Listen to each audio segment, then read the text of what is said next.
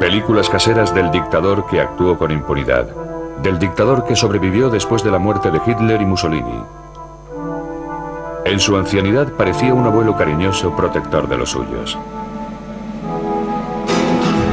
Esta es la historia, sin embargo, del hombre que se convirtió en el general más joven de Europa desde Napoleón, que alcanzó el poder en un golpe de estado concebido por su hermano, que ocultó al mundo sus acuerdos con Hitler, que creía haber sido designado por Dios para llevar a cabo una cruzada que salvara a España, y que firmó condenas de muerte mientras se tomaba una taza de café. Esta es la historia del general Franco.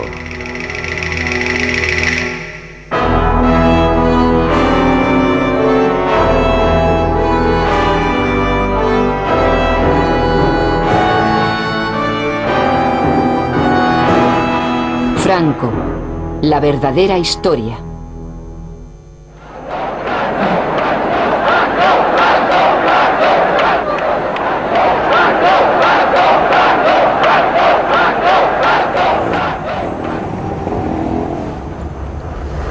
Actualmente, en la Nueva España, Franco ha sido borrado totalmente de la memoria, suprimido en un voluntario acto de amnesia colectiva.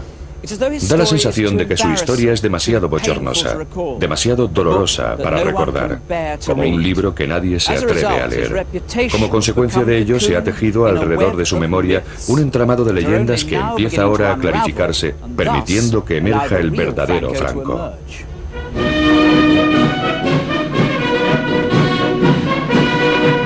Hace un siglo, en el año en el que nació Franco, España seguía siendo un poderoso imperio, pero el imperio se batía en retirada. Tenía más de espectáculo que de sustancia. En ninguna parte era tan evidente la decadencia como en el puerto naval del Ferrol, en donde una aislada comunidad seguía aferrada a rígidas tradiciones basadas en la jerarquía y la disciplina. En esta casa, el 4 de diciembre de 1892, nació Francisco Franco en el seno de una familia que había servido a la Marina durante 2 siglos. Eran 4 hermanos y compartió su modesta educación con su hermana Pilar. Mi hermano era un chico muy serio, muy formal, muy delgadito, muy moreno, le llamaban cerillita, cerillita de lo delgadito que era. Él tenía 2 locuras, el estudiar y por mi madre, que él era un enamorado de mi madre. Su madre era una mujer austera y piadosa que imbuyó su infancia de fe católica en su forma española más conservadora. Sus valores serían una constante a lo largo de toda la vida de Franco. Su padre, en cambio, un contador naval, era un libre pensador a quien le gustaban la bebida y las mujeres. Humillado por la vergüenza que esto causaba a la familia, Franco sentía un amargo desprecio por su padre, pero al guardárselo para sí, aprendería a reprimir todo tipo de emociones. En 1898 temblaron los cimientos del pequeño mundo de El Ferrol. La desvencijada flota española hubo de enfrentarse a la poderosa y moderna marina norteamericana en guerra por la última colonia española en Latinoamérica, la isla de Cuba. Los españoles enseguida se vieron atrapados en una derrota tan traumática como la de Trafalgar. Pueden imaginarse lo que debió sentir aquel niño de 6 años cuando los restos de la flota regresaron a este puerto de luto. Lo que fue una calamidad para España supuso una tragedia personal para cada uno de los individuos de esta cerrada comunidad. En los colegios, los alumnos llevaban brazaletes negros y Franco y sus compañeros eran instruidos con frases como «El deber es más hermoso cuanto mayor sea el sacrificio que exige». El heroico fatalismo que contienen estas morbosas palabras acosaría a Franco, y el ansia nostálgica por restaurar la antigua grandeza de España se convertiría en su implacable meta.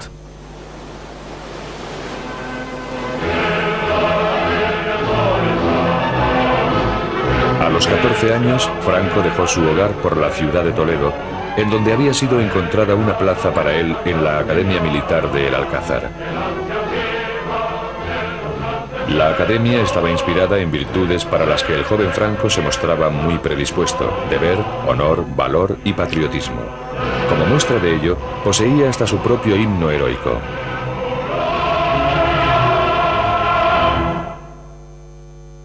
El nuevo cadete tenía tan poca estatura y una voz tan aguda que se convirtió en víctima de los gamberros de la academia. Su constitución era tan frágil que fue obligado a portar un rifle recortado. Humillaciones que soportó con estoica resolución.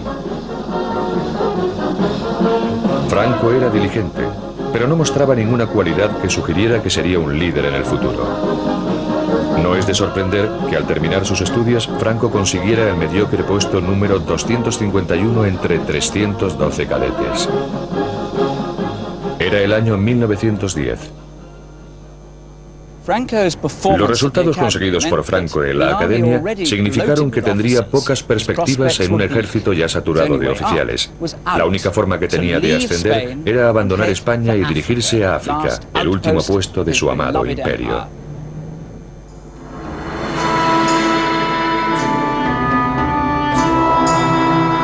Marruecos, una tierra despiadada a la que España había estado atada desde hacía siglos. Sin embargo, en aquel remanente del antiguo imperio sería donde se formaría el joven Franco. Sin África, diría más tarde, no podría explicar lo que soy. España estaba allí comprometida en una incansable campaña contra las tribus rebeldes del Rif marroquí, que luchaban por recuperar sus tierras del poder colonial. En aquella lucha sin cuartel, Franco haría alarde de cualidades que hasta entonces habían pasado desapercibidas. No solo era tenaz, sino que parecía no temerle a nada. Mantenía férreamente la disciplina bajo el fuego enemigo. Ello, además de las bajas de muchos de sus camaradas, lo condujo a un rápido ascenso. El índice de bajas era tan alto que a los heridos se les dejaba morir por rutina en el lugar en el que habían caído. Al sobrevivir a tales peligros, Franco empezó a parecer intocable. Pero no lo era. El inevitable telegrama a casa informó de que había sido gravemente herido en el estómago. Mucho tiempo después, él mismo narró a su hija Carmencita cómo había escapado de la muerte. Él estaba tendido en la camilla y veía que iban recogiendo a los demás heridos y los iban depositando en unas camionetas y se los llevaban. Y que a él no lo llevaban. Entonces eso le chocó y llamó al médico que pasaba por allí y le dice el médico: no, a ti, Franquito, te dejamos, no podemos llevarte porque tienes una herida de vientre y nada, es inútil. Y entonces mi padre tenía un asistente marroquí y le dice: dame tu mosquetón. Y le dio su arma, entonces la cargó y apuntó al médico y le dijo: en el próximo camión yo salgo, si no tú también tendrás un tiro. Entonces el otro: no te pongas así, y que entonces lo evacuó. Su contacto con la muerte dio origen a una leyenda. Franco contaba con la protección divina. Él mismo empezó a creérselo, mientras los rudos soldados que estaban bajo sus órdenes lo contemplaban admirados. Es el primero que sale en avanzadilla. Lo he visto caminar delante de todos los demás mientras ellos apenas podían levantar la cabeza de la cantidad de balas que caían a su alrededor. Mira simplemente a un tipo con unos ojos muy serios. Dice: ejecutadlo, y se da la vuelta sin más. Está muy aislado. No es amigo de los demás oficiales, que se van de juerga y se emborrachan. Él se queda solo en su tienda. Después de estar 14 años de servicio, el mediocre teniente había ascendido con tanta rapidez que cuando abandonó Marruecos de regreso a la península en 1926, se había convertido en el general más joven de Europa desde Napoleón. De vuelta en Madrid, el general de 33 años estaba muy solicitado. Era una celebridad y tuvo hasta la osadía de interpretarse a sí mismo en un largometraje.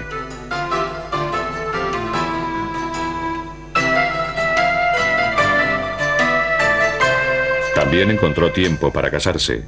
Su esposa, Carmen Polo, era de buena cuna y estaba bien relacionada. Los ojos de Franco descubrieron un mundo muy diferente de los de El Ferrol y África, pero la vida de la clase alta nunca le entusiasmó.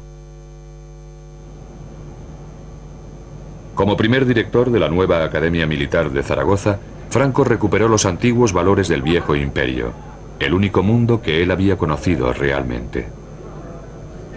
Aferrado a aquel pasado, compartió con los cadetes su propia y austera visión: el sacrificio por la patria negándose a uno mismo. Pero lejos de aquel entorno militar, la gente se burlaba abiertamente de las virtudes que Franco tanto amaba. Por toda España el viejo orden se estaba viniendo abajo con tal celeridad que en 1931 la monarquía había sido derrocada, estableciéndose una república en su lugar. Se encontraba en el poder un gobierno elegido por el pueblo. Hubo grandes celebraciones, aunque no en casa de Franco, como recuerda su sobrina. La venida de la República para Franco fue un desastre, porque estaba todo en contra de su manera de ser y de su manera de pensar y del concepto de España. Él no creía en los partidos, él no creía en la democracia, él no creía en el voto. Tenía en cuenta lo que iba a suponer la República para el desarrollo de su carrera. Y entonces esto a él le daba miedo. Entonces en las conversaciones que yo asistía en casa, él decía que a dónde íbamos a llegar por ese camino.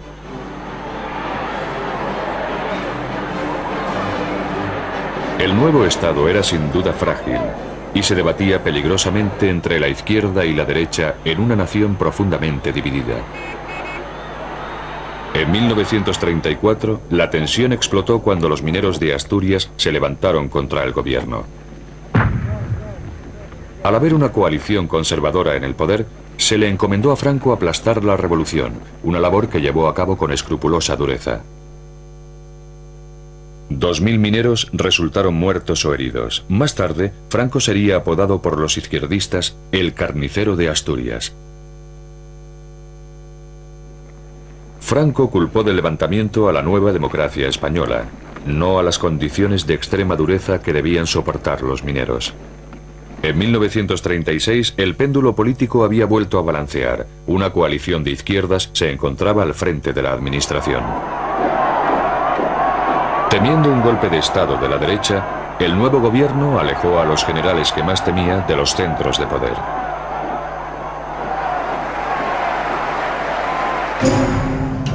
Franco fue desterrado a las aisladas Islas Canarias, a 1300 kilómetros de Madrid. En Tenerife, el nuevo comandante militar, su esposa Carmen y su única hija, Carmencita, eran cuidadosamente observados por las autoridades republicanas leales, que se aseguraron de intervenir el teléfono de Franco, de abrirle el correo y de vigilar todos sus pasos.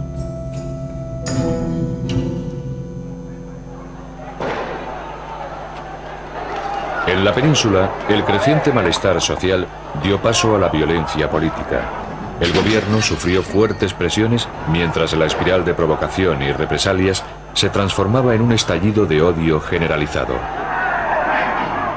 En julio de 1936, los generales disidentes decidieron que había llegado por fin el momento de dar un golpe de Estado y derrocar al gobierno.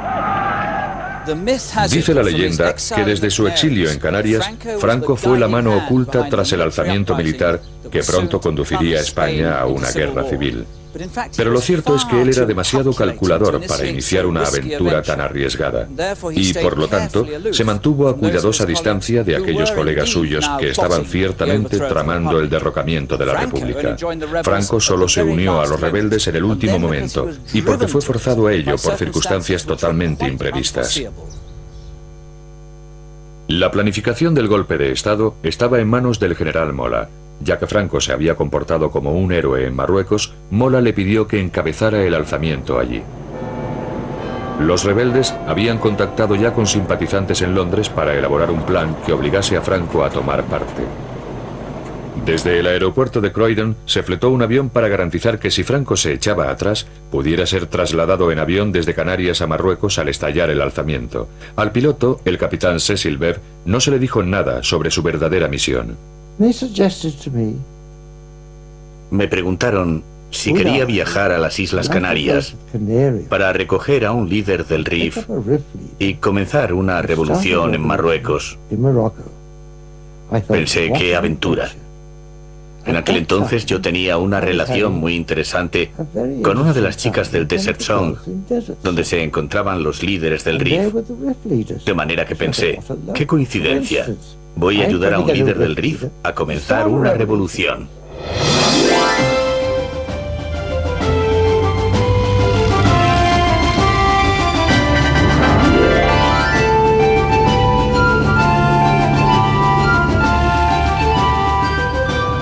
El 11 de julio, el Dragón Rapid despegó rumbo a Canarias. Para evitar tomar tierra en España, tuvo que tomar una ruta más larga. Y para eludir sospechas, tuvo que aterrizar en Gran Canaria en lugar de en Tenerife, en donde Franco estaba siendo sometido a una estrecha vigilancia. Pero Franco seguía mostrándose reacio. De hecho, mientras el avión estaba en pleno vuelo, envió un mensaje cifrado a los rebeldes diciéndoles: «No me moveré de aquí, no me uniré a vosotros». En España, Mola se encolerizó, pero insistió en que el golpe siguiera adelante de todas formas. En aquel momento, el destino intervino decisivamente. El día 13 fue hallado el cadáver de un influyente político de derechas, Calvo Sotelo. Había sido asesinado por la policía republicana en un ajuste de cuentas. Los generales rebeldes decidieron entrar en acción.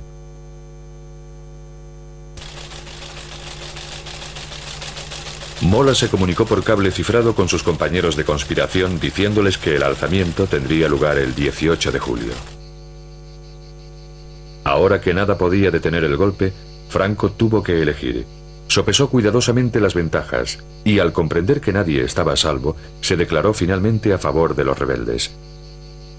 Su problema, cuando solo faltaban 48 horas para el día decisivo, era llegar al Dragón Rapid que le habían dicho que lo aguardaba en Gran Canaria. A Franco le estaba prohibido salir de Tenerife sin permiso de Madrid. Necesitaba urgentemente un pretexto y una coincidencia fatal se lo suministró de repente. El día de mi santo nos fuimos a Las Palmas porque mi padre tenía que presidir el entierro de un general que se había matado manipulando una pequeña arma. La muerte de un general, una excusa perfecta para viajar a Gran Canaria. A primera hora de la mañana, después del funeral, Franco se encontraba en una habitación de este hotel cuando recibió un telegrama. El mensaje, el alzamiento de Marruecos, se había adelantado un día. Después de hacer los preparativos para que su esposa y su hija salieran en barco hacia Francia, Franco salió disimuladamente del hotel y se encaminó hacia el avión. Pero la noticia del alzamiento se extendió con rapidez. Franco era un hombre buscado. Se bloquearon las carreteras para detenerlo. Tras escapar de sus garras, se escabulló a bordo de este transbordador y alcanzó su destino por mar. A eso de las 3 de la tarde, en voz oí pronunciar la frase: «Aquí viene». Un transbordador pasó por delante del muelle y se dirigió hacia la playa. Mientras los soldados y el personal desembarcaban, pensé: no veo a ningún líder del RIF con su chilaba al viento. ¿Dónde diantre se ha metido? Pero vi a un hombre que parecía un general con un ancho fajín. Cuando se acercó al avión, me fue presentado como el general Franco. Subió a bordo. Yo entré en la cabina, puse en marcha los motores y despegamos. En la península, los rebeldes tenían problemas. En lugar de conseguir el control en toda España, solo lograron hacerse con 2 zonas. Para conquistar el resto del país, necesitaban urgentemente la ayuda del ejército español destacado en Marruecos. Pero la Marina española, que seguía siendo fiel a la República, patrullaba incesantemente el estrecho de Gibraltar. Franco, que había llegado ya a Marruecos, estaba atrapado al otro lado del mar.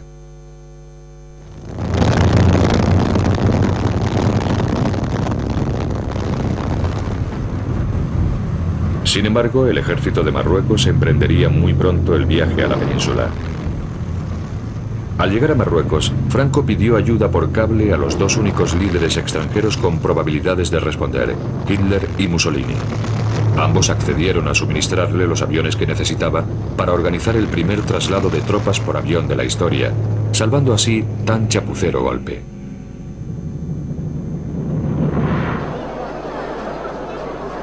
Cuando Franco llegó a Sevilla, el rebelde fue recibido como salvador del alzamiento, el general más famoso del llamado Bando Nacional.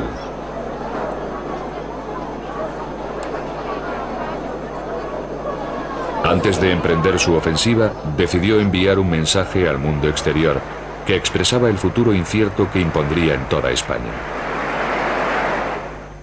Thanks to the thousands of souls who follow our movement in defense of civilization, and thanks to all those who hear this word to spread them all over the world. Country, religion, family, this is our aim and strength. ¡Viva España! Patria, religión y familia. Aquellas palabras desnudas no daban una pista sobre la verdadera naturaleza de la cruzada de Franco. Con tropas moriscas, famosas por su inigualable brutalidad como punta de lanza, el ejército de Franco se dirigió hacia el norte bajo las órdenes de su colega, el general Yagüe. Los rebeldes aplastaron toda resistencia. Badajoz demostraría al resto de España lo que les pasaría a quienes opusieran resistencia. Pero el objetivo de Franco no era simplemente conquistar, sino llevar a cabo una limpieza, como él mismo afirmó. De manera que cuando cayó la ciudad, cientos de sospechosos fueron reunidos y conducidos a través de la ciudad. Un periodista portugués, Mário Neves, fue testigo de lo sucedido. Bajaron por la calle desde la catedral hasta la plaza de toros. Había una rua que descia da catedral em direção à praça de toros. Cuando llegué allí, vi que ya había muchos prisioneros dentro de la plaza. Já muitos presos lá dentro.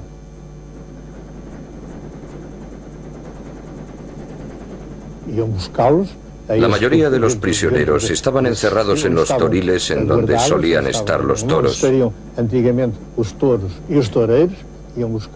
Los sacaron y los condujeron al centro de la plaza, en donde los fusilaron. Los mataban en pequeños grupos. Cargaban sus cadáveres en camiones y carretas y los llevaban al cementerio, en donde los apilaban en filas.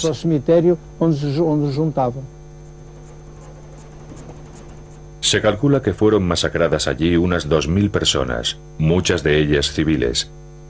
En aquel espantoso conflicto se cometieron atrocidades en ambos bandos, pero los nacionales fueron sistemáticos. Como Franco dijo, no habrá tregua ni compromiso. Seguiremos adelante, cueste lo que cueste.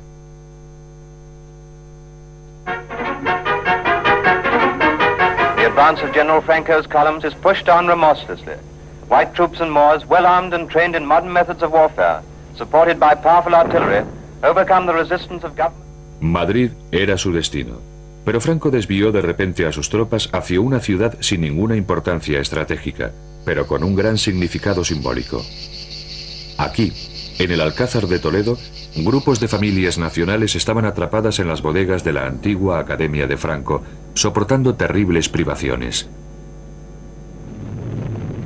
Bajo el asedio de la milicia republicana, su rescate era una cuestión de honor, y para Franco, una ocasión inmejorable para aumentar su prestigio, aprovechando un drama que había cautivado la atención de la opinión pública.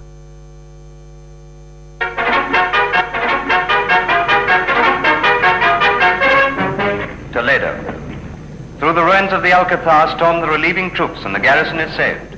Men who had given up hope of life, who had received the last rites of the church, who had determined to die fighting rather than be taken alive, meet their deliverers. Aquel fue el momento de la verdad y sería presenciado por todo el mundo. Franco como Salvador. Solo que Franco no estaba allí.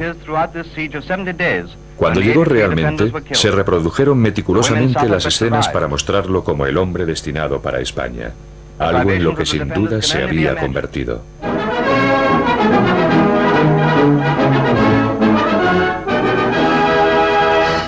Con el paso de los días llegaron más noticias. Y de nuevo había una gran distancia entre la imagen dada y la realidad. In Burgos, the seat of the Spanish rebel government, there is a big crowd for a big occasion. The General Franco has arrived on very special business. And amid the plaudits of the multitude, they go inside to the old palace, where he addresses the leaders of the rebellion assembled to hear him. He is nominated head of the state, and his friends again embrace him on the appointment. Lo que los dignatarios allí reunidos no podían saber era que la impresión ofrecida por Franco de haber sido investido como la autoridad suprema era, por decir poco, equívoca. Las pruebas ahora disponibles revelan que los generales estuvieron discutiendo hasta el último momento cuáles debían ser exactamente los poderes que otorgarían a su ambicioso colega. Ahora sabemos que justo antes de la liberación del Alcázar, los generales rebeldes abandonaron el frente para reunirse en esta finca cerca de la ciudad de Salamanca. Aquí nombraron a Franco jefe de Estado, o generalísimo, como sería conocido. Franco, no obstante, también deseaba el poder político, y para obtenerlo, sus seguidores concertaron otra reunión. Entre ellos destacaba su hermano Nicolás, que habría de jugar un papel decisivo en el meteórico ascenso de Franco. Después del golpe efectista orquestado por Franco en el Alcázar, Nicolás organizó una bienvenida para su hermano que impresionaría a sus colegas cuando regresaron a la segunda reunión. En la finca utilizaron el comedor familiar como sala de reuniones. Después de una acalorada discusión, accedieron a otorgarle el máximo poder político, pero con la condición crucial de que solamente lo ostentaría durante la guerra y que debería retirarse una vez se hubiera obtenido la victoria, lo cual esperaban que fuera cuestión de unos pocos meses. Esta limitación, sin embargo, no les pareció suficiente a algunos de los militares de más edad. El general Cabanellas, que conocía demasiado bien a Franco, confesó más tarde que había advertido a sus colegas acerca de la desaforada ambición del generalísimo. No sabéis lo que habéis hecho, porque no lo conocéis tan bien como yo. Si, como pretendéis, le hacéis entrega de España, creerá que es suya y no permitirá que nadie lo sustituya ni durante la guerra, ni después de ella, hasta que haya muerto. El decreto fue llevado al cuartel general de los rebeldes en Burgos para ser impreso. Pero en el documento había sido omitido del texto la crucial condición, para asombro de aquellos que creían estar al mando, como Ramón Garriga. En la reunión de Salamanca, celebrada por los generales, en el documento que establecieron, pusieron la frase que Franco sería jefe, pero que al final de la guerra él dejaría de ser jefe, y esta frase no apareció en el documento. Ahora, el misterio que existe todavía es quién sacó la frase del documento. Ahí está Nicolás Franco.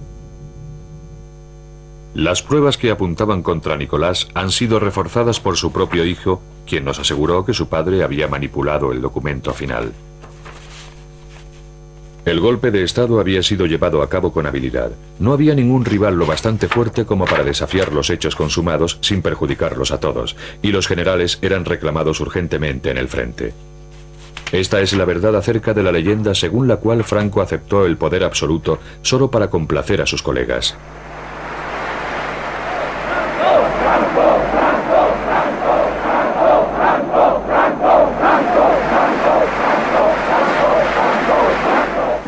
Cuando Franco salió al balcón para saludar a la multitud congregada ahí abajo, sabía algo que ellos desconocían, que ahora era de hecho su dictador de por vida. A partir de entonces, Franco dejaría de ser un simple mortal.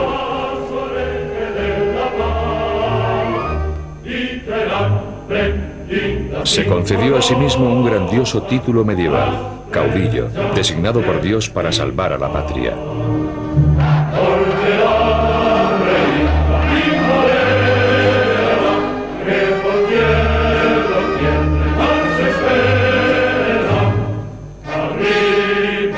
proclamar que la suya era una cruzada santa, comprometió a los jefes de la Iglesia Católica con su causa.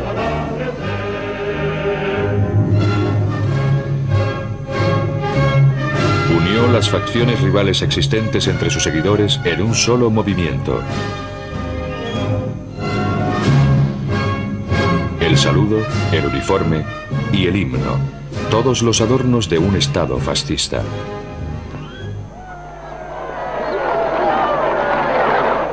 El caudillo se rodeó entonces de todo el boato del poder, incluyendo una guardia de honor formada por tropas moras. Pero aún así, todavía no gobernaba España. Constitucionalmente era un traidor contra la República que aún ofrecía una fiera resistencia. A pesar de las apariencias, la situación de Franco no era tan sólida como parecía. Para ganar la guerra necesitaba más armas, más hombres, y de nuevo se volvió hacia Hitler y Mussolini, asegurándoles que esta también era su cruzada.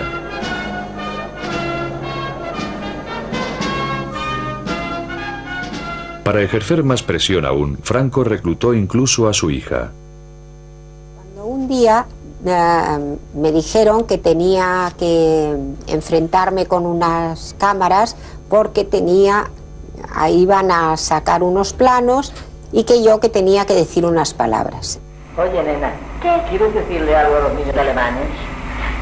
Bueno, no, pero ¿qué les digo? Lo que quieras. Pido a Dios que todos los niños del mundo no conozcan los sufrimientos y las tristezas que tienen los niños que aún están en poder de los enemigos de mi patria, a los que yo envío un beso fraternal. ¡Viva España!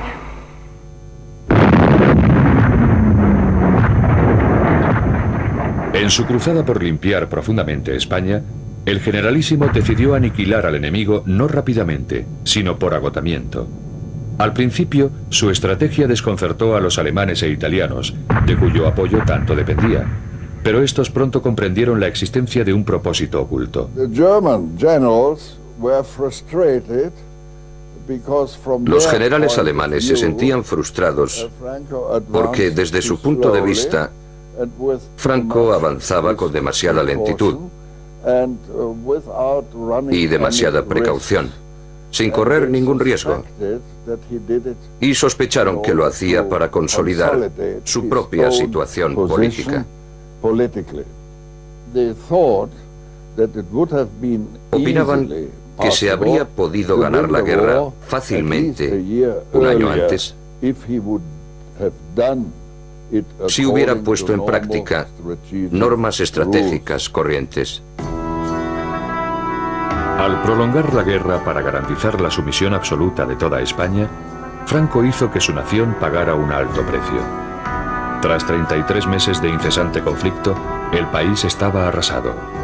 Las bajas se contaban por cientos de miles. Gran número de personas habían perdido su hogar y desfallecían de hambre. Miles huyeron al exilio. Una nación dividida había sido rota en pedazos. En la primavera de 1939, el tímido muchacho que apenas podía sostener un rifle tenía un pueblo a sus pies. Ahora por fin uniría a España en el temor de Dios y devolvería su antiguo esplendor al imperio en decadencia.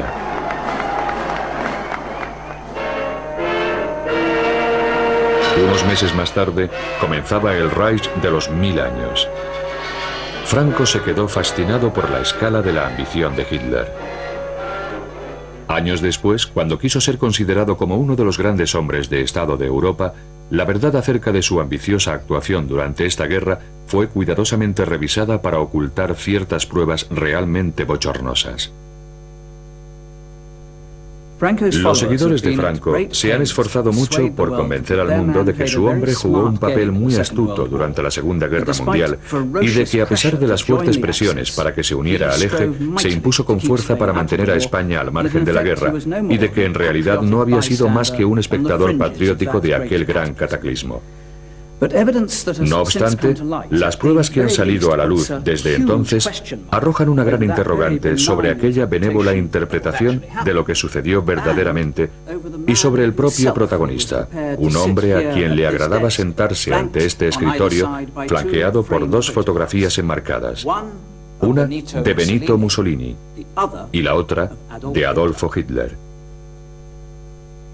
Hoy en día, la mayoría de los españoles reconoce que Franco sentía cierta simpatía por Hitler, pero pocos saben que hubo mucho más. Dear Führer, at the moment when the German armies under your leadership are bringing the greatest battle in history to a victorious close, I would like to express to you my admiration and enthusiasm and that of my people. I do not need to assure you of how great is my satisfaction in rendering to you at all times services which you regard as most valuable. With the expression of my unchanging friendship and regard, General Franco. Detrás de aquellos halagos había un frío cálculo. En junio de 1940, mientras los panzers alemanes bombardeaban Europa, el caudillo pensó en hacer realidad sus propios sueños imperiales siguiendo la estela de las conquistas nazis. Estando Francia ocupada y Gran Bretaña con muchas posibilidades de caer pronto bajo el yugo, Hitler tendría pronto Europa en sus manos. Al menos eso le parecía a Franco. A finales del verano de 1940, Franco envió a su cuñado, Serrano Suñer, a Berlín como enviado personal. Der Führer empfing den Abgesandten General Francos, Innenminister Serrano Suñer, zu einer längeren Aussprache in der neuen Reichskanzlei. A Serrano se le encomendó que informase a sus anfitriones de que España entraría en guerra en el bando alemán a cambio de ayuda y armas y un buen trozo de África del Norte en donde volver a instaurar el imperio español. A los alemanes no les impresionó la oferta, como descubrió el enviado de Franco en un humillante encuentro con el ministro de Asuntos Exteriores nazi.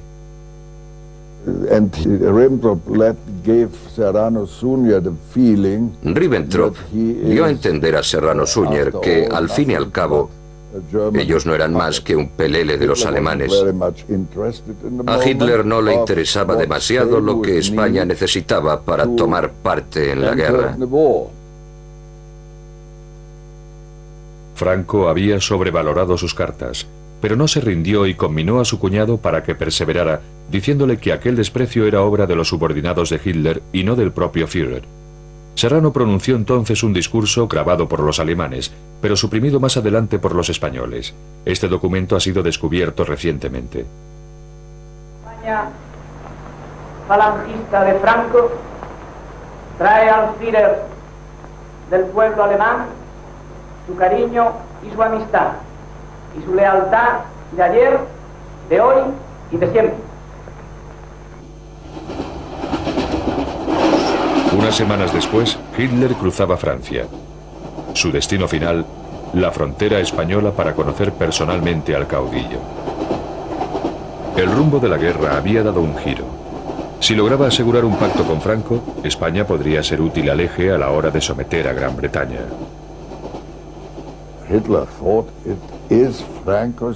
Hitler pensó que Franco tenía el deber de entrar en el bando alemán, como agradecimiento por todo lo que Alemania había hecho por España y por Franco en concreto. Actualmente en España se piensa que Franco acudió a la cita con Hitler totalmente decidido a pedir lo imposible para de esa forma mantener a España al margen de la guerra. Las pruebas demuestran lo contrario. Acompañado por su cuñado, Franco partió de San Sebastián hacia su fatal encuentro en Hendaya, a solo 25 kilómetros de la frontera francesa.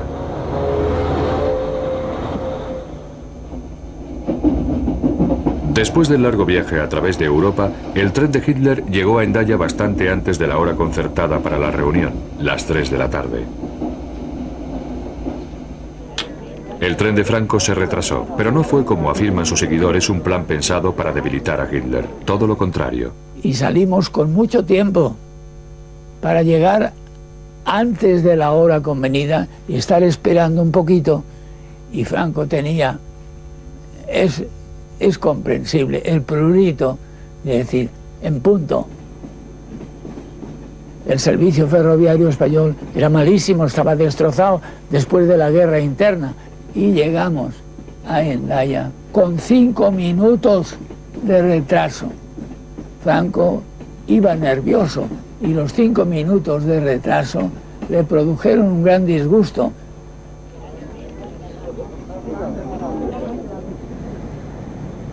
Franco, en lugar del retraso de la elección, lo que hizo es que Hitler le dio la mano y Franco le cogió a Hitler su mano con las dos suyas para ser más afectuoso todavía.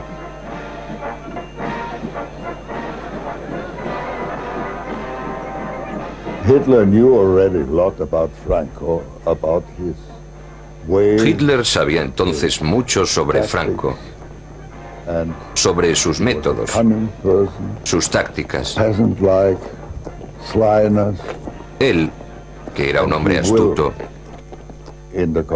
con la malicia propia de un campesino, conseguiría durante la conversación en Hendaya persuadir a Franco de que entrara como aliado en el bando alemán. Los dos líderes se reunieron en el vagón de Hitler. Solo se conservan fragmentos de los documentos oficiales en los que se registró la conversación, pero el único superviviente de la reunión insiste en que Franco estaba decidido a conducir a España hacia los estragos de la Segunda Guerra Mundial siempre que se le asegurara a cambio su preciado imperio. Hitler, que era quien era, dice, después de tantas palabras bonitas, dice: ahora vamos a lo nuestro, a nuestros asuntos. Y hizo Hitler un discurso triunfalista, que la guerra está ganada, que es cosa de muy poco tiempo. Entonces ya Franco empieza a decirle: pues muy bien, perfectamente, ahora yo entraré en la guerra con usted si usted me concede para España todo esto: Marruecos francés, Oranjado y territorios hasta Inia. Y mientras Franco se está cansando hora y media explicándole lo de los protectorados, Hitler sabe lo que hacía: bostezaba. Bostezaba. El final es que estaban los dos indignados. Franco porque no le da lo que creía que le iba a dar seguro. Pues Franco, que pensaba venir aquí diciendo: os traigo un imperio, pues no traía nada. Después de una agotadora sesión, la reunión se levantó. Incapaz de pagar el precio exigido por Franco sin poner en peligro otras prioridades, Hitler regresó a Berlín. Hitler was furious. And he said he would prefer Hitler estaba furioso y dijo que preferiría que le arrancaran 4 dientes a mantener otra conversación parecida con Franco. Si el propósito de Franco hubiera sido realmente evitar que España entrara en guerra, lo normal sería que hubiera salido encantado de la reunión, pero no fue así. Y en cambio Franco, nos metemos ya en nuestro tren y estaba indignado, viendo estos tíos, son repugnantes, lo quieren todo y no dan nada, esto es intolerable y tal. Según la leyenda, fue en Hendaya en donde Franco detuvo el avance de Hitler y ordenó al Führer que volviera a hacer las maletas. Sin embargo, lo que ocurrió realmente fue que Franco recibió una lección un tanto brutal sobre la realidad del poder. Su sueño, del que el renacimiento del Imperio Español se llevara a cabo por cortesía del Tercer Reich, no solo fue despreciado, sino expuesto como una fantasía ingenua.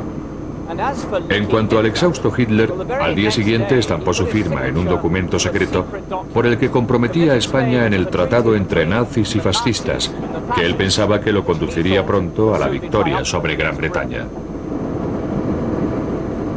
Cuando empezó a hacerse evidente que la victoria nazi se iba a posponer indefinidamente, Franco tuvo la cautela de retomar sus relaciones con los aliados, manteniendo una estricta neutralidad.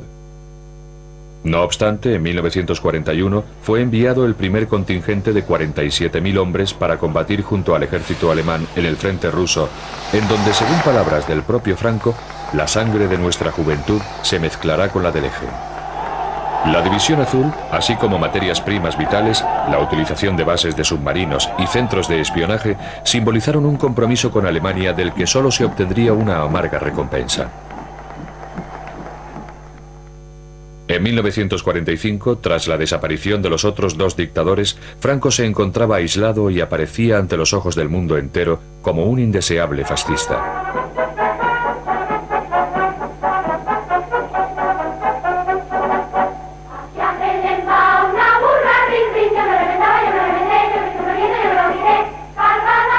Cuanto más se aislaba España del resto de Europa, más se encerraba el caudillo en su nostalgia, presidiendo como un antiguo monarca católico las teatrales manifestaciones de homenaje público.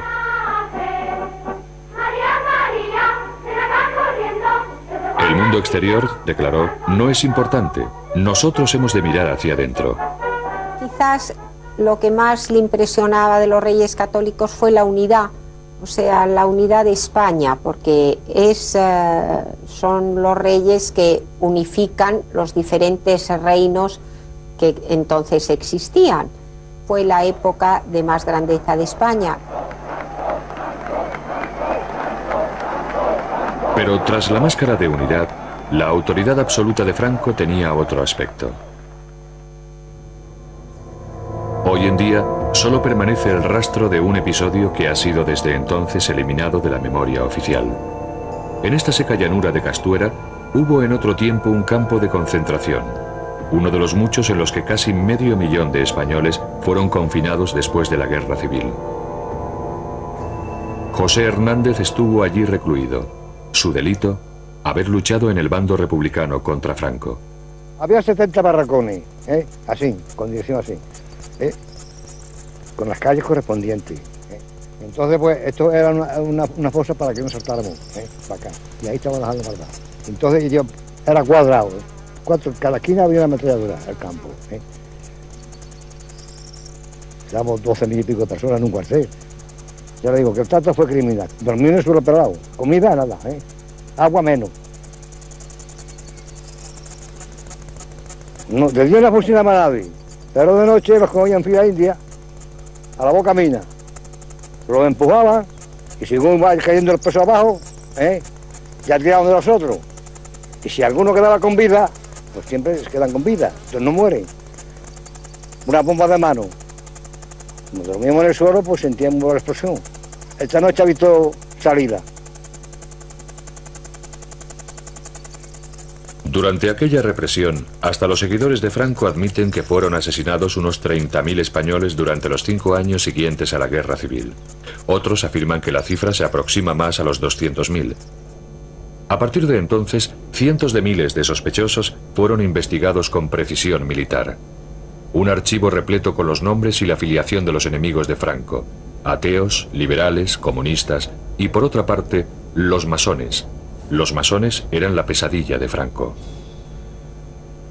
No ha habido en nuestra nación ninguna rebelión ni conato de traición contra la patria que no se fraguase en la sombra de las logias masónicas. Y aún hoy, liberada España de esta carroña, todavía esas insignificantes marejadas políticas, por mucho que se disfracen, obedecen siempre a la intriga y a la oculta inspiración de los masones expatriados.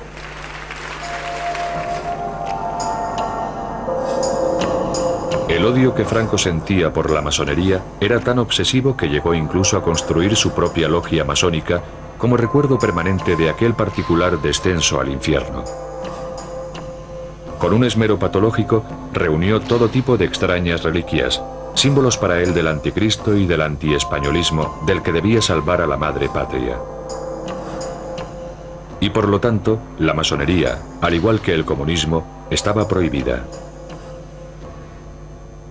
Franco presidía un sistema judicial en el que la pena máxima por un acto de subversión era la muerte. Ni a pesar de las advertencias de sus colaboradores, temía tomar él mismo la decisión final. Franco no era un sanguinario, no es que le gustara la sangre, pero él actuaba como con leyes de guerra, consideraba enemigos a los que no pensaban como él. En su mente estaba que el bien de España era él, y era lo que él disponía. Las sentencias de muerte, había un jefe jurídico de su gabinete que con todos los juicios militares, porque se hacían los juicios militares, le llevaba los casos con una explicación de cada caso. Y entonces él las solía firmar tomando café, después de comer. Iba este señor, llevaba los papeles y allí se firmaba, este sí y este no. Esto es muy duro, pero es que es así.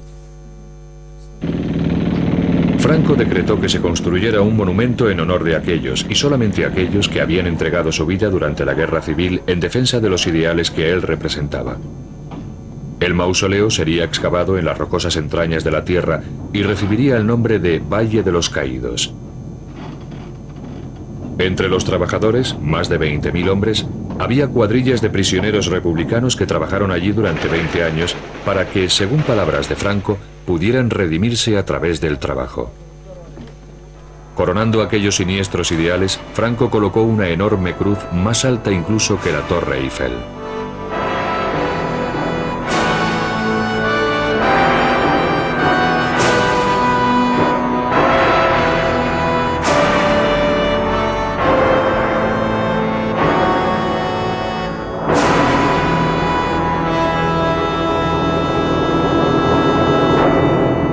Sin embargo, aquellos ideales no podían sobrevivir sobre la base de una economía que hacía aguas.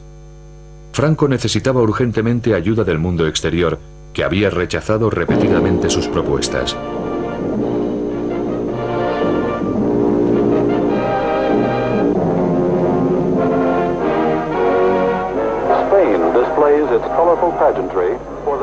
En 1959, el líder del mundo libre puso pie en un país que había sido condenado al ostracismo por las demás democracias.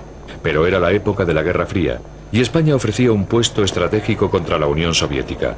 Además, el enemigo de mi enemigo es mi amigo, aunque este se llamara Franco. Generalissimo, ladies and gentlemen, let me assure you of my satisfaction that at long last I have fulfilled an ambition of mine almost of a lifetime, to come to Spain, to Madrid, and to see the Spanish people.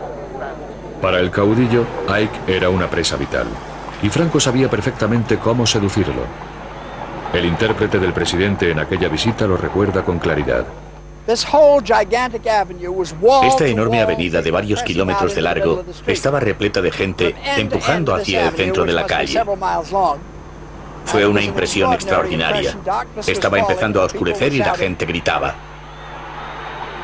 Franco había organizado una bienvenida que diera al presidente la impresión de que aquella tierra feliz debía ser ahora acogida con los brazos abiertos por las naciones civilizadas. Eisenhower estaba asombrado por las gigantescas dimensiones de aquella multitud que empequeñecía cualquier cosa que hubiéramos visto antes. Lo miré y vi que reaccionaba muy positivamente ante aquel público tremendamente entusiasta. Los vítores eran realmente atronadores. El general Eisenhower me preguntó, ¿qué están diciendo? Y le contesté, dicen Ike, que es como se pronuncia en español su apodo. En el edificio más alto de Madrid todas las ventanas habían sido tapadas, excepto aquellas que formaban la palabra Ike.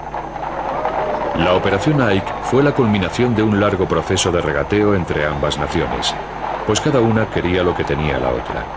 Bases de los Estados Unidos sobre suelo español a cambio de dólares norteamericanos. El general Franco le dijo que había podido comprobar la gran acogida del pueblo español y lo que sentía por él. Él respondió que tenían intereses comunes, tenían problemas comunes y un adversario común, la Unión Soviética. Si Ike estaba contento, también lo estaba Franco. Gracias a Norteamérica, España se uniría al Club de las Naciones Occidentales.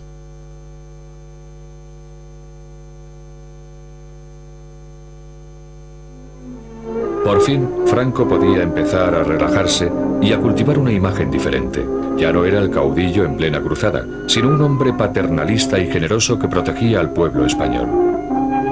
Y resultaba mucho más fácil ahora que gobernaba bajo un despegue económico, algo que apenas comprendía, pero del que siempre se declaró responsable. Excelencia, Nodo quiere también felicitarle y recoger sus palabras para los espectadores de nuestro noticiario. Yo saludo y felicito al Nodo en este 20 aniversario de su fundación, y de esta paz y tranquilidad de España envío mis votos de paz y de felicidad para todo el mundo del año 1963. Gracias, Excelencia. Detrás de aquella fachada paternal, sin embargo, se seguía imponiendo una política represiva, algo que Franco comprendía perfectamente. En toda Europa, los años 60 fueron el comienzo de una nueva era de libertades sociales y de protestas políticas, pero no en España, en donde el Estado policial seguía amordazando la libertad de expresión y opinión. Había el viejo principio de que la guerra, la información, él tomaba siempre la cosa de una beligerancia frente a un enemigo, que era el comunismo. Pues la información es básica para ganar una victoria. Tenía el mapa de la clandestinidad, en la cual estaban perfectamente delimitados los campos de la oposición. Franco no comprendía los cambios que agitaban al mundo exterior y sentía una profunda adversión por el modo en el que empezaban a infiltrarse también en España. Era un anciano que se refugiaba cada vez más en la seguridad nostálgica de la finca privada que se había construido en El Pardo. Para el resto de los españoles, se fue convirtiendo poco a poco en un fantasma de sí mismo que planeaba perpetuamente sobre su destino, incapaz de ceder y que se negaba a marcharse. Dentro de El Pardo, Franco pasaba largas horas viendo películas en donde revivía las historias épicas del glorioso pasado español. Y con sus películas domésticas se recreaba en las ilusiones del presente acompañadas de su propia banda sonora.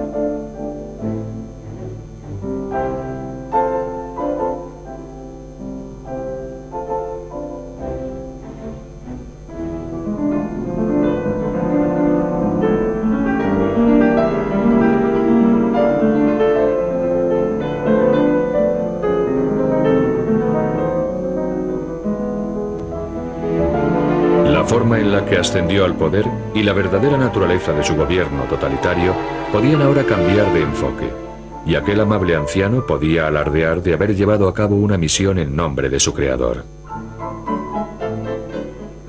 Franco se creía un enviado de Dios, y yo creo que nunca dudó de que él era un hombre enviado por Dios para salvar a España. Por eso creo que moriría en paz, seguro, porque él estaba muy seguro de esa misión. Y eso sí me lo dijo el mismo Franco a mí, que él se creía un enviado de Dios para ser padre de los españoles, y él me decía esta frase: padre, miren, me extraña mucho que algunos españoles estén contra mí, porque yo me considero padre de todos los españoles.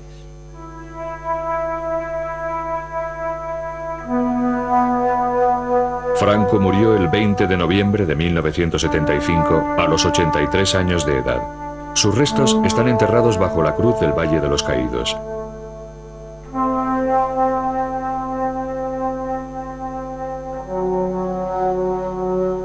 La huella de este hombre ha quedado grabada de forma indeleble en la historia de España. Los españoles rechazan ahora aquel pasado, pero todavía lo encuentran demasiado molesto para identificarse con él como individuos y como nación.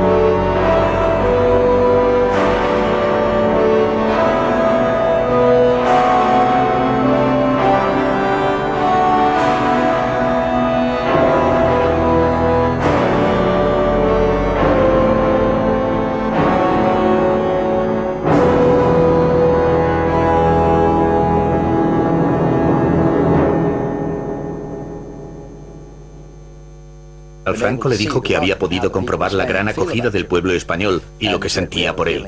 Él respondió que tenían intereses comunes, tenían problemas comunes y un adversario común, la Unión Soviética. Si Ike estaba contento, también lo estaba Franco. Gracias a Norteamérica, España se uniría al Club de las Naciones Occidentales.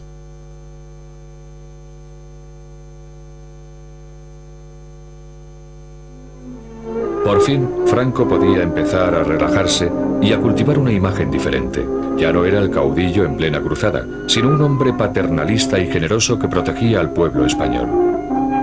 Y resultaba mucho más fácil ahora que gobernaba bajo un despegue económico, algo que apenas comprendía, pero del que siempre se declaró responsable. Excelencia, Nodo quiere también felicitarle y recoger sus palabras para los espectadores de nuestro noticiario. Yo saludo y felicito al Nodo en este 20 aniversario de su fundación. Y de esa paz y tranquilidad de España envío mis votos de paz y de felicidad para todo el mundo del año 1963. Gracias, Excelencia. Detrás de aquella fachada paternal, sin embargo, se seguía imponiendo una política represiva, algo que Franco comprendía perfectamente. En toda Europa, los años 60 fueron el comienzo de una nueva era de libertades sociales y de protestas políticas, pero no en España, en donde el Estado policial seguía amordazando la libertad de expresión y opinión.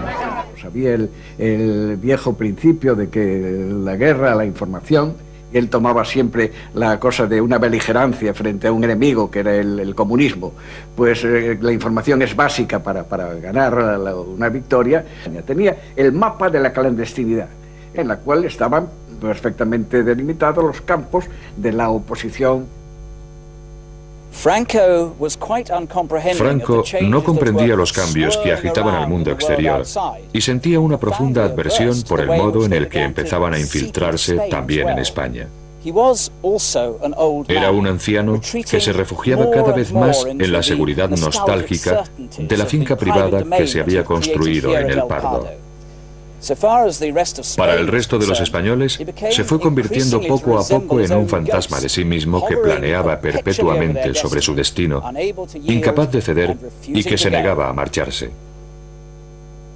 Dentro de El Pardo, Franco pasaba largas horas viendo películas en donde revivía las historias épicas del glorioso pasado español.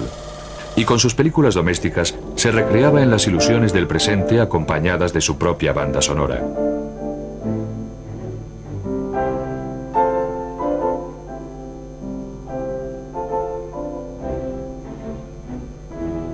Más tarde que había advertido a sus colegas acerca de la desaforada ambición del generalísimo.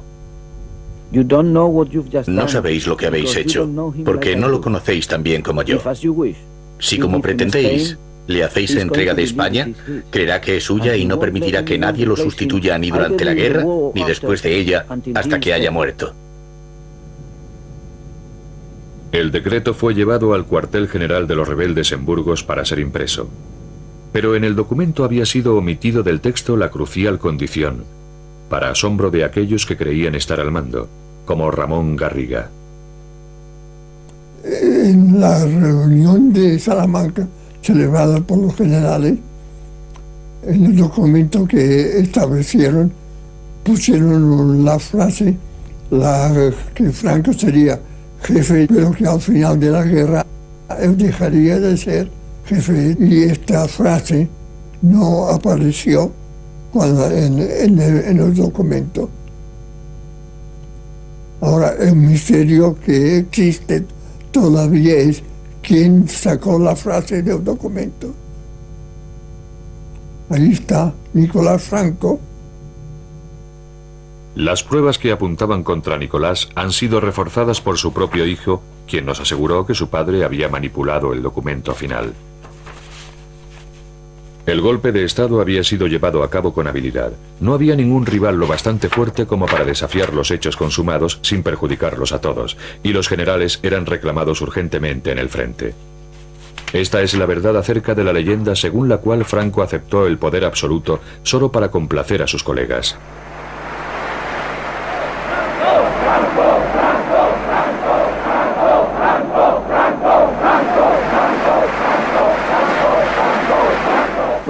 Cuando Franco salió al balcón para saludar a la multitud congregada ahí abajo, sabía algo que ellos desconocían, que ahora era de hecho su dictador de por vida.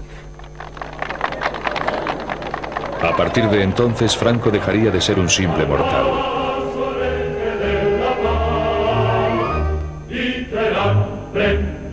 Se concedió a sí mismo un grandioso título medieval, caudillo, designado por Dios para salvar a la patria.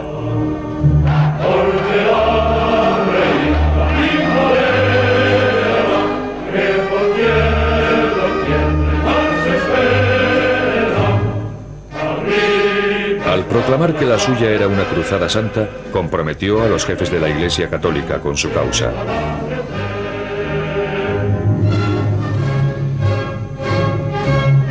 Unió las facciones rivales existentes entre sus seguidores en un solo movimiento.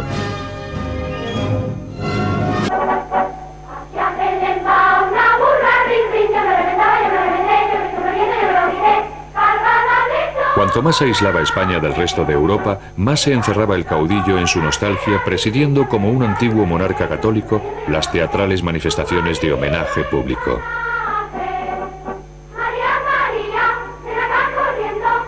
El mundo exterior, declaró, no es importante. Nosotros hemos de mirar hacia adentro. Quizás lo que más le impresionaba de los reyes católicos fue la unidad, o sea, la unidad de España, porque son los reyes que unifican los diferentes reinos que entonces existían. Fue la época de más grandeza de España. Pero tras la máscara de unidad, la autoridad absoluta de Franco tenía otro aspecto. Hoy en día, solo permanece el rastro de un episodio que ha sido desde entonces eliminado de la memoria oficial. En esta seca llanura de Castuera, hubo en otro tiempo un campo de concentración, uno de los muchos en los que casi 500.000 de españoles fueron confinados después de la Guerra Civil. José Hernández estuvo allí recluido. Su delito, haber luchado en el bando republicano contra Franco. Había 70 barracones, así, con dirección así, con las calles correspondientes. Entonces, pues, esto era una fosa para que no saltáramos, para acá. Y ahí estaban las armas. Entonces, yo era cuadrado, cada esquina había una ametralladora al campo. Éramos 12.000 y pico de personas en un cuartel. Ya le digo que el trato fue criminal. Dormí en el suelo pelado, comida nada, agua menos. No, de día no funcionaba nadie, pero de noche los cogían en fila india, a la boca mina, los empujaban y según va cayendo el peso abajo, ya tiraban de los otros. Y si alguno quedaba con vida, pues siempre se quedan con vida, entonces no mueren. Una bomba de mano. Nos dormíamos en el suelo, pues sentíamos la explosión. Esta noche ha visto salida. Durante aquella represión, hasta los seguidores de Franco admiten que fueron asesinados unos 30.000 españoles durante los 5 años siguientes a la Guerra Civil. Otros afirman que la cifra se aproxima más a los 200.000. A partir de entonces, cientos de miles de sospechosos fueron investigados con precisión militar. Un archivo repleto con los nombres y la filiación de los enemigos de Franco: ateos, liberales, comunistas y, por otra parte, los masones. Los masones eran la pesadilla de Franco. No ha habido en nuestra nación ninguna rebelión ni conato de traición. Unidos y conducidos a través de la ciudad. Un periodista portugués, Mário Neves, fue testigo de lo sucedido. Y después fueron dirigidos para... Bajaron por la calle desde la catedral hasta la plaza de toros. Había una rua que descia da catedral en dirección a la plaza de toros.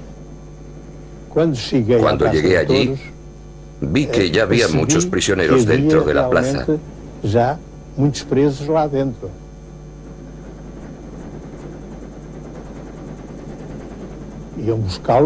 La mayoría de los prisioneros estaban encerrados en los toriles en donde solían estar los toros. Los sacaron y los condujeron al centro de la plaza, en donde los fusilaron. Y mataban en pequeños grupos. Los mataban en pequeños grupos. Esos muertos cargaban sus cadáveres en camiones y carretas y los llevaban al cementerio, en donde los apilaban en filas.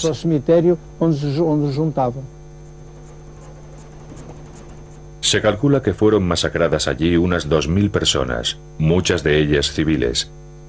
En aquel espantoso conflicto se cometieron atrocidades en ambos bandos, pero los nacionales fueron sistemáticos.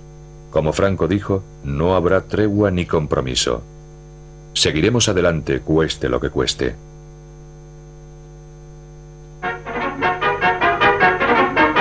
The advance of General Franco's columns is pushed on remorselessly. White troops and Moors, well armed and trained in modern methods of warfare, supported by powerful artillery, overcome the resistance of government. Madrid era su destino, pero Franco desvió de repente a sus tropas hacia una ciudad sin ninguna importancia estratégica, pero con un gran significado simbólico. Aquí, en el Alcázar de Toledo, grupos de familias nacionales estaban atrapadas en las bodegas de la antigua Academia de Franco, soportando terribles privaciones.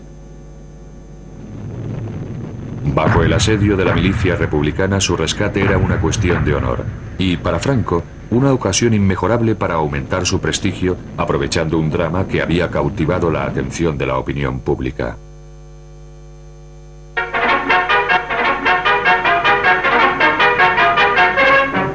Toledo. Through the ruins of the Alcazar stormed the relieving troops and the garrison is saved.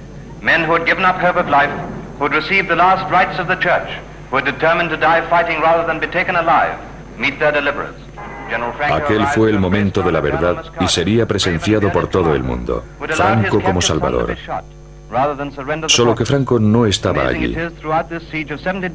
Cuando llegó realmente, se reprodujeron meticulosamente las escenas. Cuanto al exhausto Hitler, al día siguiente estampó su firma en un documento secreto por el que comprometía a España en el tratado entre nazis y fascistas, que él pensaba que lo conduciría pronto a la victoria sobre Gran Bretaña.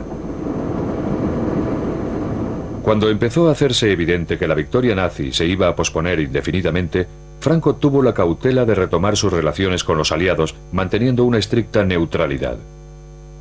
No obstante, en 1941 fue enviado el primer contingente de 47.000 hombres para combatir junto al ejército alemán en el frente ruso, en donde, según palabras del propio Franco, la sangre de nuestra juventud se mezclará con la del eje.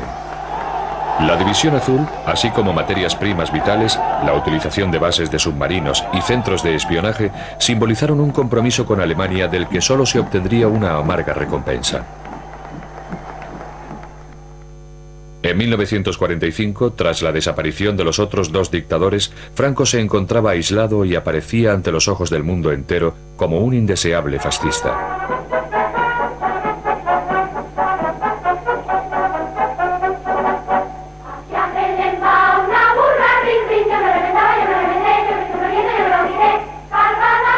Cuanto más se aislaba España del resto de Europa, más se encerraba el caudillo en su nostalgia, presidiendo como un antiguo monarca católico las teatrales manifestaciones de homenaje público.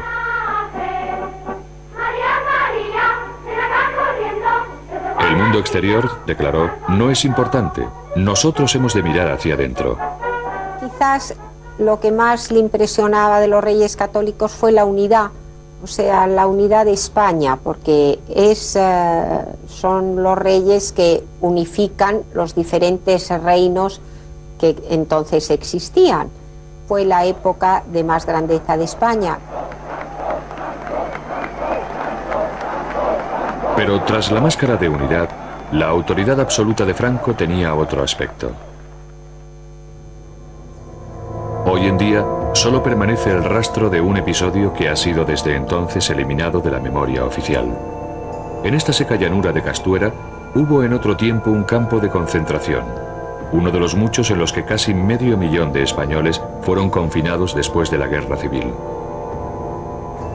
José Hernández estuvo allí recluido. Su delito, haber luchado en el bando republicano contra Franco. Había 70 barracones, así, con dirección así. Con las calles correspondientes. Entonces, pues, esto era una fosa para que no saltáramos, para acá. Y ahí estaban las armas guardadas. Entonces, yo era cuadrado. Cada esquina había una ametralladora al campo. Éramos 12.000 y pico de personas en un cuartel. Ya le digo que el trato fue criminal. Suficiente a algunos de los militares de más edad. El general Cabanellas, que conocía demasiado bien a Franco, confesó más tarde que había advertido a sus colegas acerca de la desaforada ambición del generalísimo.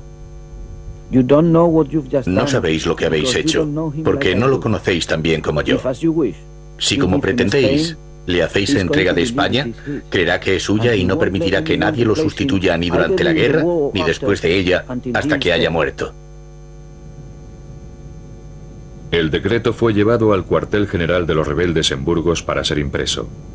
Pero en el documento había sido omitido del texto la crucial condición: para asombro de aquellos que creían estar al mando, como Ramón Garriga. En la reunión de Salamanca, celebrada por los generales, en el documento que establecieron, pusieron la frase que Franco sería jefe, pero que al final de la guerra él dejaría de ser jefe, y esta frase no apareció en el documento. Ahora, el misterio que existe todavía es quién sacó la frase del documento. Ahí está Nicolás Franco.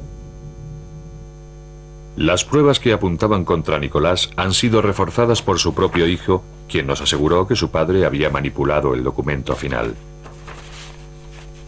El golpe de Estado había sido llevado a cabo con habilidad. No había ningún rival lo bastante fuerte como para desafiar los hechos consumados sin perjudicarlos a todos, y los generales eran reclamados urgentemente en el frente. Esta es la verdad acerca de la leyenda según la cual Franco aceptó el poder absoluto solo para complacer a sus colegas.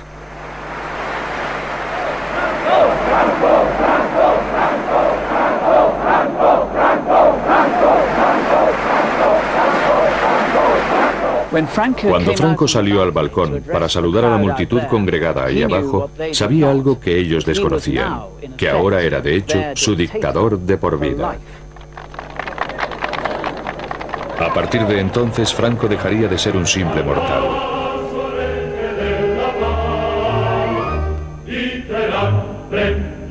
Se concedió a sí mismo un grandioso título medieval, caudillo, designado por Dios para salvar a la patria.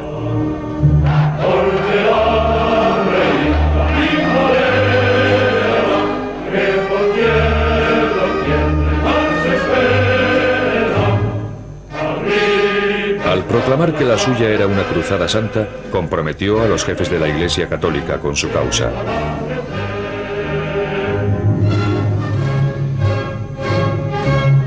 Unió las facciones adelantado un día. Después de hacer los preparativos para que su esposa y su hija salieran en barco hacia Francia, Franco salió disimuladamente del hotel y se encaminó hacia el avión. Pero la noticia del alzamiento se extendió con rapidez. Franco era un hombre buscado. Se bloquearon las carreteras para detenerlo. Tras escapar de sus garras, se escabulló a bordo de este transbordador y alcanzó su destino por mar. A eso de las 3 de la tarde, en voz oí pronunciar la frase: aquí viene. Un transbordador pasó por delante del muelle y se dirigió hacia la playa. Mientras los soldados y el personal desembarcaban, pensé: no veo a ningún líder del RIF con su chilaba al viento. ¿Dónde diantre se ha metido? Pero vi a un hombre que parecía un general con un ancho fajín. Cuando se acercó al avión, me fue presentado como el general Franco. Subió a bordo. Yo entré en la cabina, puse en marcha los motores y despegamos. En la península, los rebeldes tenían problemas. En lugar de conseguir el control en toda España, solo lograron hacerse con 2 zonas. Para conquistar el resto del país, necesitaban urgentemente la ayuda del ejército español destacado en Marruecos. Pero la Marina española, que seguía siendo fiel a la República, patrullaba incesantemente el estrecho de Gibraltar. Franco, que había llegado ya a Marruecos, estaba atrapado al otro lado del mar.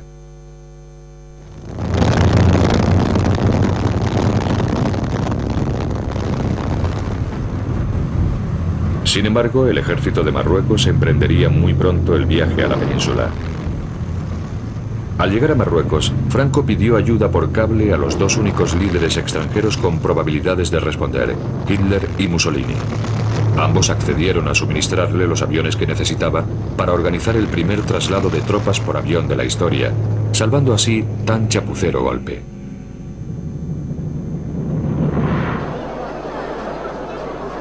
Cuando Franco llegó a Sevilla, el rebelde fue recibido como salvador del alzamiento, el general más famoso del llamado Bando Nacional.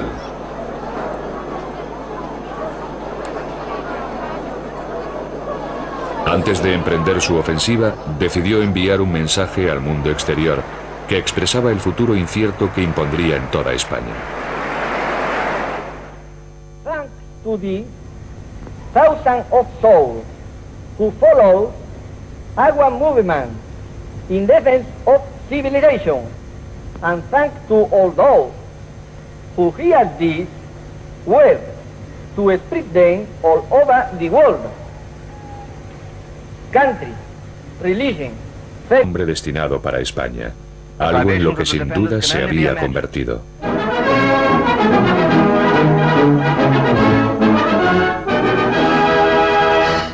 Con el paso de los días llegaron más noticias y de nuevo había una gran distancia entre la imagen dada y la realidad. In Burgos, the seat of the Spanish rebel government, there is a big crowd for a big occasion.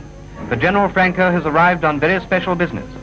And amid the plaudits of the multitude, they go inside to the old palace, where he addresses the leaders of the rebellion assembled to hear him.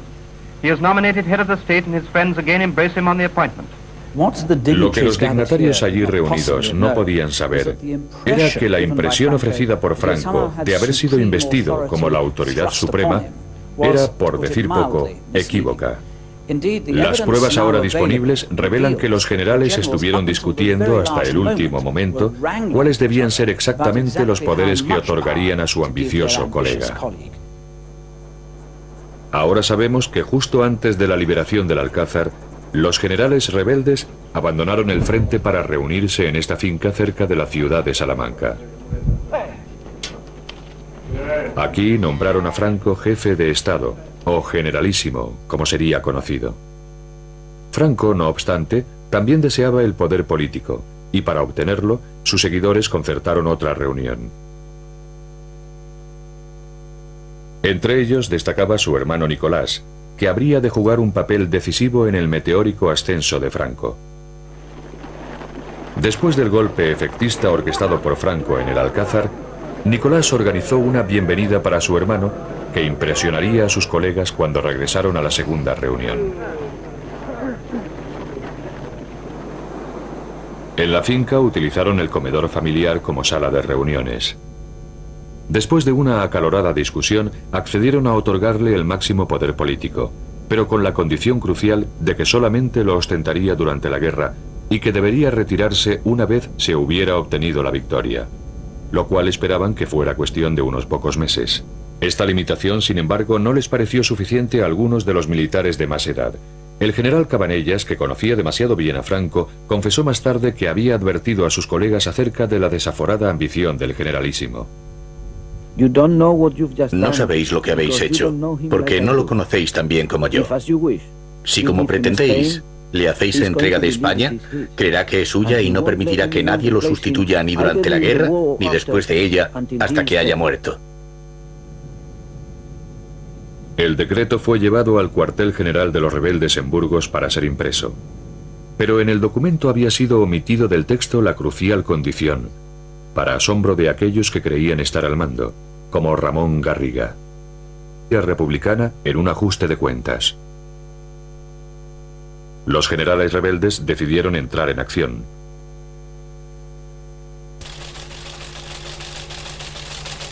Mola se comunicó por cable cifrado con sus compañeros de conspiración diciéndoles que el alzamiento tendría lugar el 18 de julio. Ahora que nada podía detener el golpe, Franco tuvo que elegir. Sopesó cuidadosamente las ventajas y, al comprender que nadie estaba a salvo, se declaró finalmente a favor de los rebeldes.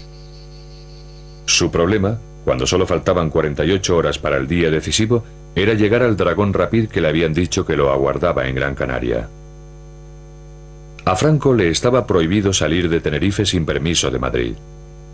Necesitaba urgentemente un pretexto y una coincidencia fatal se lo suministró de repente. El día de mi santo nos fuimos a Las Palmas porque mi padre tenía que presidir el entierro de un general que se había matado manipulando una pequeña arma. La muerte de un general, una excusa perfecta para viajar a Gran Canaria.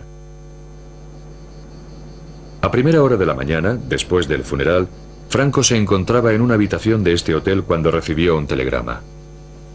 El mensaje, el alzamiento de Marruecos, se había adelantado un día. Después de hacer los preparativos para que su esposa y su hija salieran en barco hacia Francia, Franco salió disimuladamente del hotel y se encaminó hacia el avión. Pero la noticia del alzamiento se extendió con rapidez. Franco era un hombre buscado. Se bloquearon las carreteras para detenerlo. Tras escapar de sus garras, se escabulló a bordo de este transbordador y alcanzó su destino por mar. A eso de las 3 de la tarde, en voz oí pronunciar la frase: aquí viene. Un transbordador pasó por delante del muelle y se dirigió hacia la playa. Mientras los soldados y el personal desembarcaban, pensé: no veo a ningún líder del RIF con su chilaba al viento. ¿Dónde diantre se ha metido? Pero vi a un hombre que parecía un general con un ancho fajín. Cuando se acercó al avión, me fue presentado como el general Franco. Subió a bordo. Yo entré en la cabina, puse en marcha los motores y despegamos. En la península, los rebeldes tenían problemas. En lugar de conseguir el control en toda España, solo lograron hacerse con 2 zonas. Para conquistar el resto del país, necesitaban urgentemente la ayuda del ejército español destacado en Marruecos. Pero la Marina española, que seguía siendo fiel a la República, patrullaba incesantemente. Pero vi a un hombre que parecía un general con un ancho fajín. Cuando se acercó al avión, me fue presentado como el general Franco. Subió a bordo. Yo entré en la cabina, puse en marcha los motores y despegamos. En la península, los rebeldes tenían problemas. En lugar de conseguir el control en toda España, solo lograron hacerse con 2 zonas. Para conquistar el resto del país, necesitaban urgentemente la ayuda del ejército español destacado en Marruecos. Pero la Marina española, que seguía siendo fiel a la República, patrullaba incesantemente el estrecho de Gibraltar.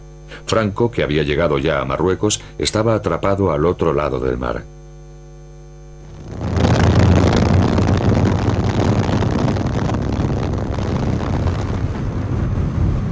Sin embargo, el ejército de Marruecos emprendería muy pronto el viaje a la península. Al llegar a Marruecos, Franco pidió ayuda por cable a los 2 únicos líderes extranjeros con probabilidades de responder, Hitler y Mussolini. Ambos accedieron a suministrarle los aviones que necesitaba para organizar el primer traslado de tropas por avión de la historia, salvando así tan chapucero golpe.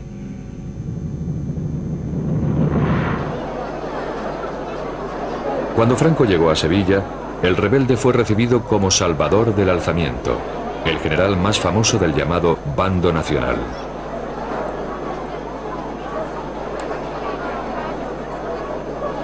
Antes de emprender su ofensiva, decidió enviar un mensaje al mundo exterior que expresaba el futuro incierto que impondría en toda España. Thanks to the thousands of souls who follow our movement in defense of civilization, and thanks to all those who hear these words to spread them all over the world.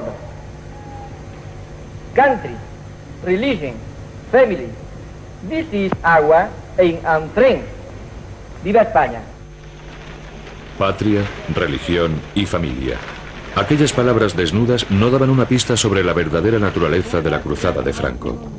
Con tropas moriscas, famosas por su inigualable brutalidad como punta de lanza, el ejército de Franco se dirigió hacia el norte bajo las órdenes de su colega, el general Yagüe. Los rebeldes aplastaron toda resistencia. Badajoz demostraría al resto de España lo que les pasaría a quienes opusieran resistencia.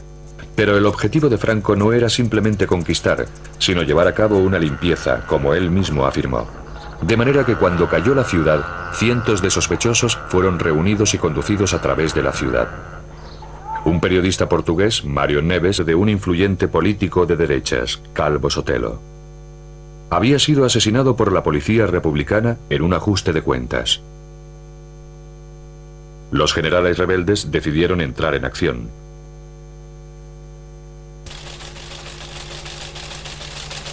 Mola se comunicó por cable cifrado con sus compañeros de conspiración diciéndoles que el alzamiento tendría lugar el 18 de julio. Ahora que nada podía detener el golpe, Franco tuvo que elegir. sopesó cuidadosamente las ventajas y, al comprender que nadie estaba a salvo, se declaró finalmente a favor de los rebeldes. Su problema, cuando solo faltaban 48 horas para el día decisivo, era llegar al Dragón Rapid que le habían dicho que lo aguardaba en Gran Canaria. A Franco le estaba prohibido salir de Tenerife sin permiso de Madrid. Necesitaba urgentemente un pretexto y una coincidencia fatal se lo suministró de repente.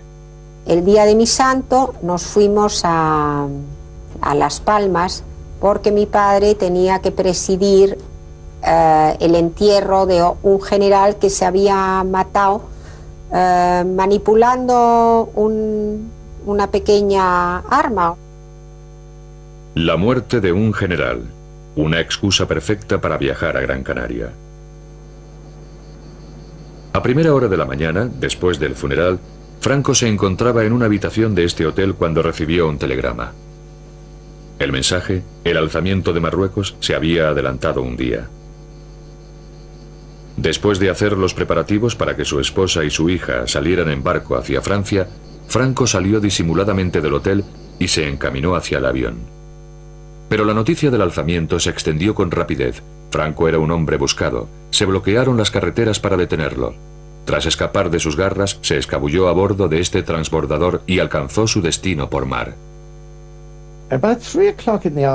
A eso de las 3 de la tarde, en voz oí pronunciar la frase: aquí viene. Un transbordador pasó por delante del muelle y se dirigió hacia la playa. Mientras los soldados y el personal desembarcaban, pensé: no veo a ningún líder del RIF con su chilaba al viento. ¿Dónde diantre se ha metido? Pero vi a un hombre que parecía un general con un ancho fajín. Cuando se acercó al avión, me fue presentado como el general Franco. Subió a bordo. Yo entré en la cabina, puse en marcha los motores y despegamos. En la península, los rebeldes tenían problemas. En lugar de conseguir el control en toda España, solo lograron hacerse con 2 zonas. Para conquistar el resto del país, necesitaban urgentemente la ayuda del ejército español destacado, que estaban ciertamente tramando el derrocamiento de la República. Franco solo se unió a los rebeldes en el último momento, y porque fue forzado a ello por circunstancias totalmente imprevistas. La planificación del golpe de Estado estaba en manos del general Mola. Ya que Franco se había comportado como un héroe en Marruecos, Mola le pidió que encabezara el alzamiento allí. Los rebeldes habían contactado ya con simpatizantes en Londres para elaborar un plan que obligase a Franco a tomar parte. Desde el aeropuerto de Croydon se fletó un avión para garantizar que si Franco se echaba atrás, pudiera ser trasladado en avión desde Canarias a Marruecos al estallar el alzamiento. Al piloto, el capitán Cecil Bebb, no se le dijo nada sobre su verdadera misión. Me preguntaron si quería viajar a las Islas Canarias para recoger a un líder del RIF y comenzar una revolución en Marruecos. Pensé, qué aventura. En aquel entonces yo tenía una relación muy interesante con una de las chicas del Desert Song, donde se encontraban los líderes del RIF. De manera que pensé, qué coincidencia. Voy a ayudar a un líder del RIF a comenzar una revolución.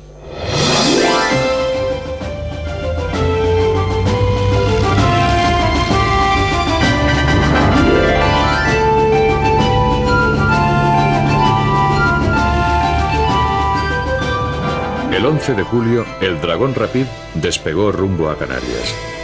Para evitar tomar tierra en España, tuvo que tomar una ruta más larga.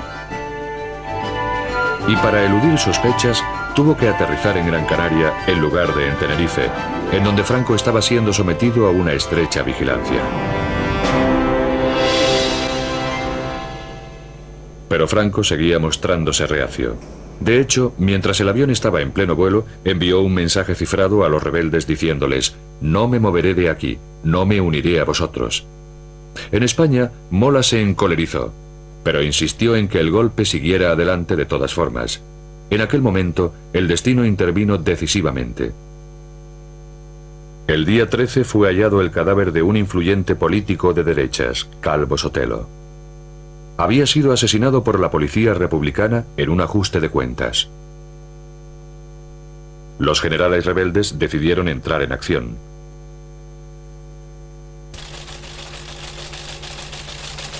Mola se comunicó por cable cifrado con sus compañeros de conspiración diciéndoles que el alzamiento tendría lugar el 18 de julio. Ahora que nada podía detener el golpe, Franco tuvo que elegir. Sopesó cuidadosamente las ventajas y, al comprender que nadie estaba a salvo, se declaró finalmente a favor de los rebeldes.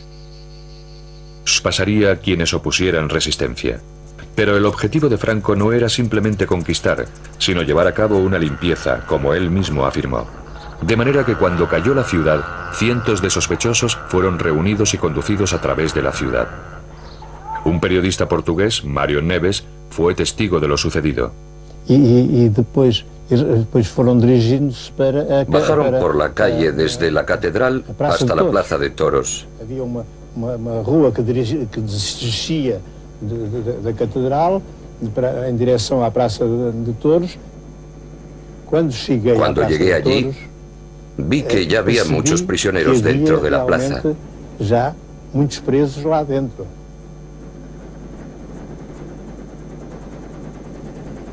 Iam buscá-los. La mayoría de los prisioneros estaban encerrados en los toriles en donde solían estar los toros. Los sacaron y los condujeron al centro de la plaza, en donde los fusilaron. Los mataban en pequeños grupos. Cargaban sus cadáveres en camiones y carretas y los llevaban al cementerio, en donde los apilaban en filas.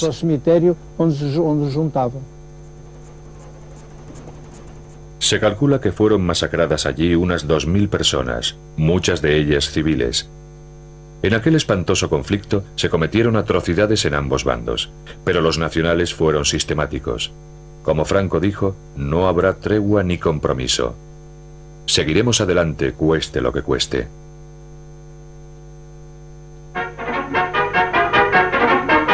The advance of General Franco's columns is pushed on remorselessly. White troops and Moors, well armed and trained in modern methods of warfare, supported by powerful artillery, overcome the resistance of government. Madrid era su destino, pero Franco desvió de repente a sus tropas hacia una ciudad sin ninguna importancia estratégica, pero con un gran significado simbólico. Aquí, en el Alcázar de Toledo, grupos de familias nacionales estaban atrapadas en las bodegas de la antigua Academia de Franco, soportando terribles privaciones. Bajo el asedio de la milicia republicana, su rescate era una cuestión de honor, y para Franco, una ocasión inmejorable para aumentar su prestigio, aprovechando un drama que había cautivado la atención de la opinión pública.